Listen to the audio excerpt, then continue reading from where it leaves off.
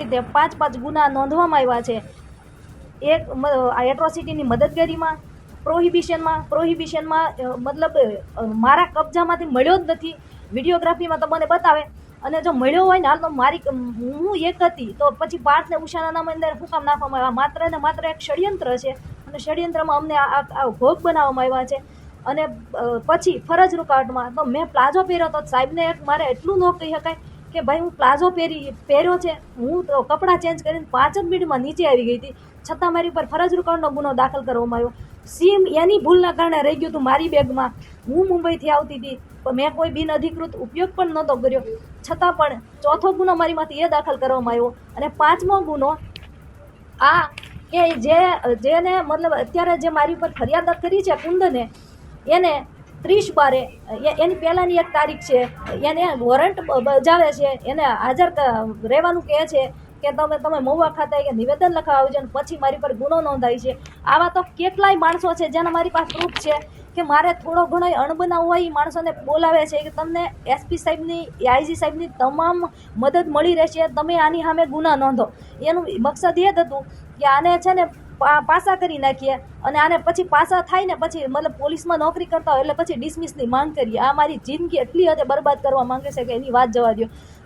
પછી બીજું કે મને મુંબઈથી ધરપકડ, મારી લીગલી ધરપકડ જ નહોતી કરી, મારું અપહરણ કરવામાં આવ્યું છે, મહિલા પોલીસ કર્મચારી વગર ધરપકડ કરવામાં આવી છે, નંબર પ્લેટ વગરની ગાડીમાં ધરપકડ કરવામાં આવી છે, અંધારામાં ધરપકડ કરવામાં આવી છે, મને વોશરૂમ સુધી જવા દેવામાં નથી. મેં એને કીધું, સાહેબ મેં કીધું હું આતંકવાદી નથી, હું કોઈ ટેરરિસ્ટ નથી, મને વોશરૂમ તો જવા દો એટલીસ્ટ.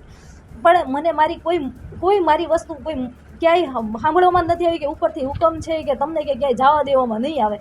પછી તો મેં એમ કીધું, મેં કીધું સાહેબ, મેં તમે વોશરૂમમાં મેં ફોન તો કરવા નથી દીધો, મારા ઘરે જાણ કરવા નથી દીધી, તો મને ખાલી તમે એટલું તો મને વોશરૂમ તો જવા દો. મેં કીધું એ તો મેં કીધું આતંકવાદી હોય ને એને મેં કીધું આવી સુવિધાઓ તો મળે. મેં કીધું આ તો મેં કીધું કુદરતી વસ્તુ છે. ત્યારે તો પછી એ જેબલિયા સાહેબ, પીઆઈ જેબલિયા સાહેબ છે, એ ટોયલેટ ચેક કરવા જાય છે મારું, અને પછી મને એમાં જવા દે છે. અને પછી મેં કીધું સાહેબ, તમે મેં કીધું જે આ રીતે કર્યું છે ને, હું કોર્ટમાં કહીશ કે મને આ રીતે મારી ધરપકડ કરી છે. એટલે મેં ફરિયાદ દાખલ કરી હતી. પછી પાર્થે તે મતલબ ફરિયાદ દાખલ કરી હતી કોર્ટમાં, સાહેબ સમક્ષ, જજ સાહેબ સમક્ષ કીધું હતું કે મને રીમા ઝાલાએ ખોટી રીતે ગોંધી રાખીને મને માર માર્યો છે, મને 4 વાર નિવેદન દીધું, મતલબ નિવેદન માટે બોલાવ્યો છે, અને 4 દિવસે મને આજે રજૂ કર્યો છે, અને મને ઢોર મારવામાં આવ્યો છે. ત્યારે રીમા ઝાલાએ બહાર આવીને એ 14 તારીખે પાર્થને જેલ એન્ટ્રી થઈ, ત્યારે 15 તારીખે પાર્થે મતલબ એને ધમકી આપી બહાર નીકળીને કે તારી જિંદગી બરબાદ કરી દઈશ, તને ક્યાંય નોકરીમાં નહીં રહેવા દઉં, એમ તારું કેરિયર તો હજી શરૂ થાય છે, તને નોકરીમાં નહીં રહેવા દઉં. એટલે 15 તારીખે પાર્થે ફરિયાદ પાછી ખેંચી લીધી.